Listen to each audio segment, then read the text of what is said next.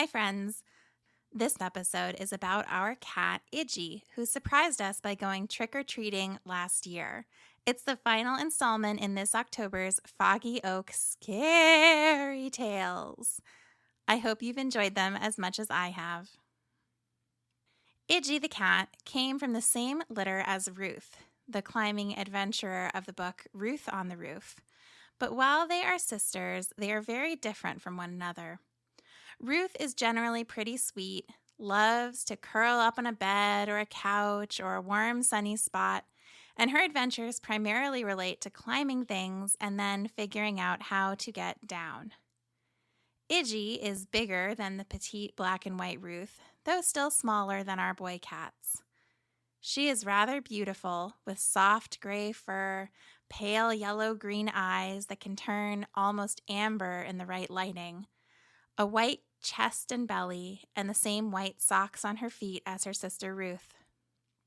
Idgie is more dominant, and while she is insistent about coming up for affection and claiming her share of praise, she also sets firm boundaries. She only wants a little bit of attention, and only how she likes it, or she will become enraged and bite or swipe at you in warning. Never hard enough to really hurt, but she certainly wants everyone to know who is boss. She doesn't particularly care for any of the other cats, not her sister Ruth, though she will grudgingly coexist with her, and certainly not our newer cats, Wayne and Ron, whom she hates with the fire of 1,000 suns. She doesn't fight them, but she does hiss and growl viciously when they try to play with her or follow her. We live across the pasture from my parents, and Idgie has annexed their property and them as her sole proprietary domain. If Ruth or Ron or Wayne try to follow her over there, she chases them back to the fence and into our pasture with unbridled fury. If my parents take a trip or are gone when Idgie thinks they should be home, she camps out on their porch and yowls at me when I come to take care of their chickens. My parents have never fed her, don't want her, don't even like her, but they are hers, nonetheless. Idgie invariably trails us when we go to my parents'. Often she seems to have anticipated us. I'll show up with the kids for dinner and she'll run out of the bushes yowling. When the kids are hanging out there and David and I walk over to pick them up, she will follow us at a distance, keeping an eye on us and waiting for us out on the porch or in the yard when we walk in to get them. If the kids go on a pasture walk, she follows. If I go for a run in the pasture, she perches herself on a stump and watches me, and also ensures the other cats stay away. If she weren't so standoffish a lot of the time, you'd call her almost dog-like in her desire to follow her people like a sleek gray shadow. Until last year, Idgie had always seemed to know when we were leaving our property and would not follow us past that line. If we walked down the driveway to go for a walk, she'd turn at the creek near the bottom and go back up the hill into the woods. If we walked down my parents' driveway to the neighborhood below their hilltop, she might follow us to the curve of the driveway where the downhill started and then leave us to our own devices. Over that summer, Idgie had worn a bell around her neck to warn other creatures of her presence, primarily to make it so she wouldn't be able to hunt birds over at my mother's bird feeder. But sometime in early September or thereabouts, she had managed to lose it, along with her breakaway collar, and we were waiting for replacements to arrive. It had been easy to hear her comings and goings, and to know when she was following you when she had that bell. It would jangle cheerfully, no matter how stealthy she was trying to be. But now, without the bell, she was back to her most wild self, able to sneak and creep and follow to her heart's content.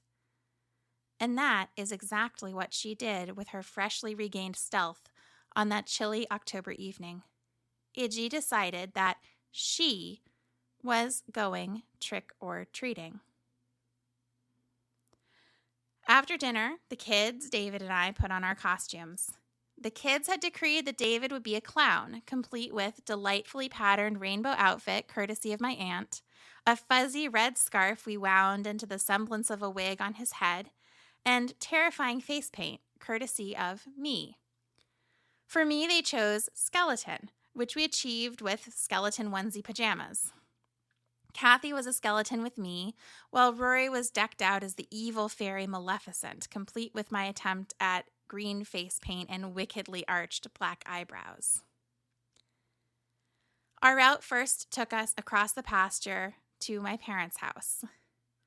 As the kids swung their trick-or-treating buckets and galloped away in excitement, David and I took a more leisurely pace, enjoying the chill October evening.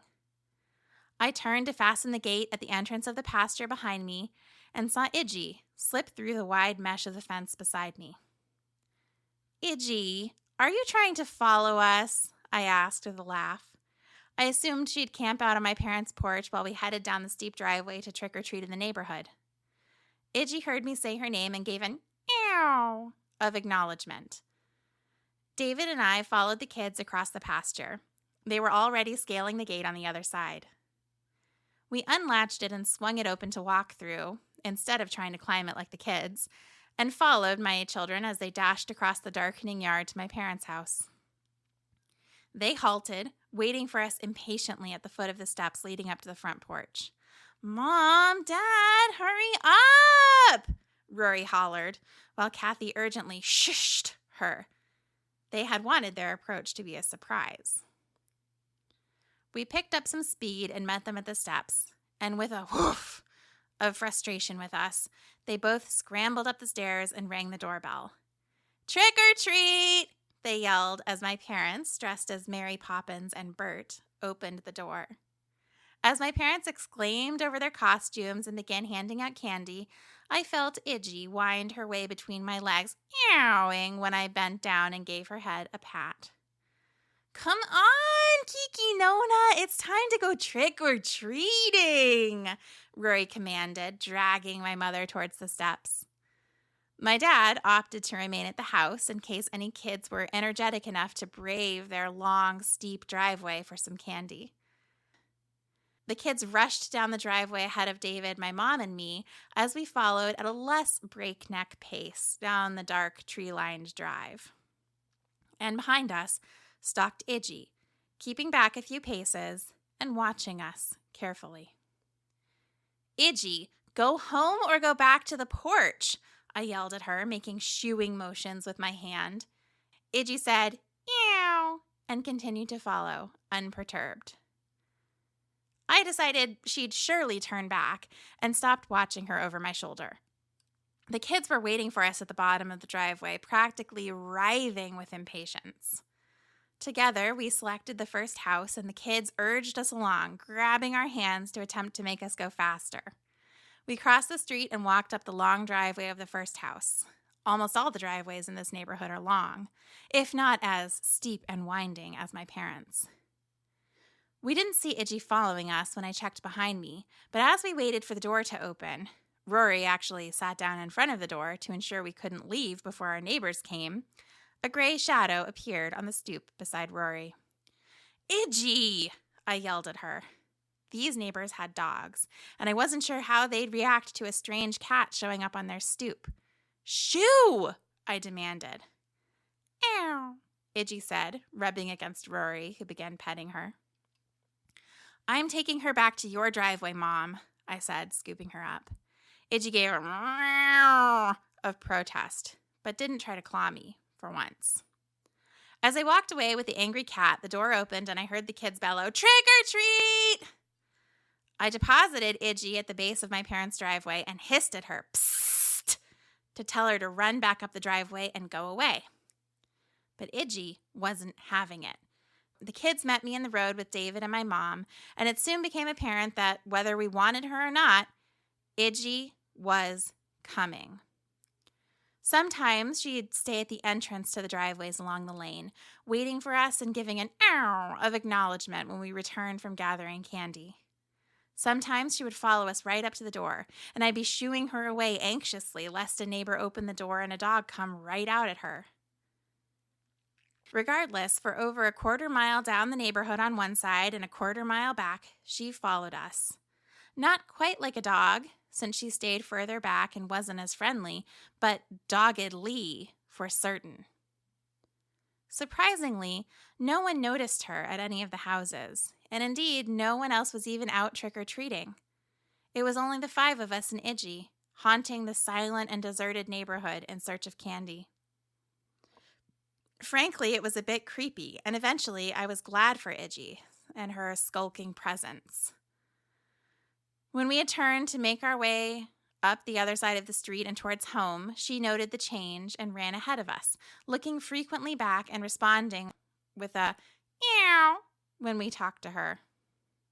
At the last house before my parents, Idgie continued ahead to plant herself at the bottom of their driveway.